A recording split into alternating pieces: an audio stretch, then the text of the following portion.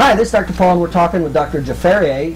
She's a chiropractor right here in Fort Lauderdale, Florida, and she actually goes by the name Dr. J. So, Dr. J, if you don't mind me asking, what have you seen in your office as the common causes of low back pain?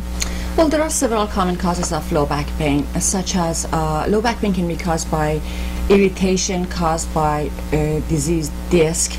It can be caused by irritation to the joints, or it can be caused by irritation to the nerves in the lower back.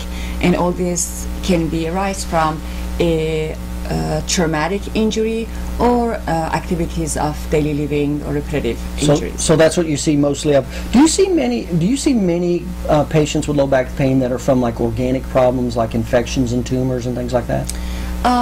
Certainly those can happen, but the majority of people that I see in the office, no, these are patients whose low back pain arise mostly from either disc-related injuries, joint-related injuries, right, or nerve-related injuries, and more physical. I got you. And when you said major or minor trauma, do you see more patients that have been in more major accidents that cause back pain, or just minor things that happen, like what you were saying, activities of daily living? Well, both.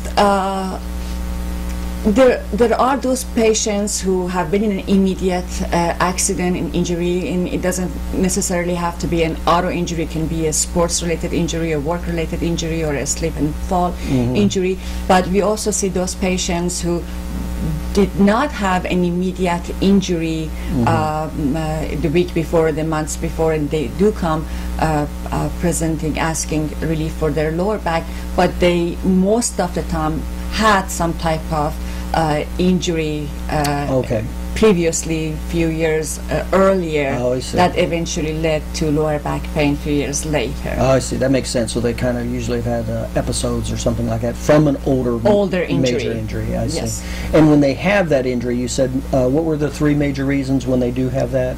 Irritations caused by disc disease, irritations caused by the joint problems, and irritation caused to the nervous system in the lower back. Now, when you look at each one of those three, which one do you see mostly?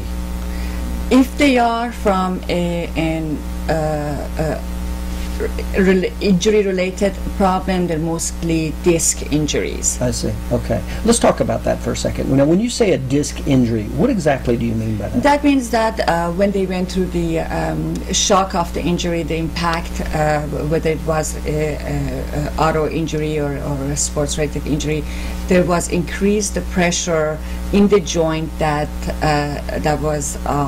caused irritation to the disc tissue, which causes this to either herniate or bulge out of the regular position that it occupies between the two bones. I see. And that bulging or herniating disc turns out and further irritate the soft tissue and the nerves that surround the area, and that's how it causes low back pain. I see. So you can treat disc bulges and disc herniations? Disc herniations, absolutely. Okay, and you see that frequently. And you said, what was the other cause of back pain? Back pain that's caused from irritation to the joint. Now, what do you mean by that? Okay, your lower back is made out of 5 separate movable bones, and these bones are separated by what we call discs, and discs are soft material. They serve as cushions, as shock absorbers. Now the bones come together and articulate with each other in areas called facets, joints. And if due to bad posture or repetitive movements or other types of injuries, the normal biomechanics in the lower back has changed, and it has affected the way the bones articulate with each other at the level of the joint, then that can cause lower back pain, because the joints are now irritated. They're not positions in the normal position, biomechanical position they should be. That makes sense. Okay, and that's something that you would be able to treat also? Absolutely. Okay, yes. And so you said disc, you can have a disc injury. You said joint-related pressure. Yes. And what was the third one you said? Nerve irritation. Okay, explain that one. Now, nerve irritation can have different causes. Not only nerve irritation can be caused by an injury to the disc, an irritation to the joint, but also, as I mentioned, the bones in the spine in the lower back as it is the same way in the entire spine, these are movable segments. And if the movement is interrupted, if they're not freely movable, and if there is any type of misalignment or restricted motion in the area, then that can irritate the nerves at the point where they exit the spine through the areas that are called foramina, where the nerve exits, and there can be irritation at that level because of that restricted motion or misalignment that exists between the movable bones. And that irritation to the nerve can create pain in the lower back. Okay, that makes sense. Now, if I was a patient that had one of those types of problems, would I feel differently if I had back pain from a disc versus joint irritation versus nerve? Yes, and that would be shown during the examination and also sometimes diagnostic imaging.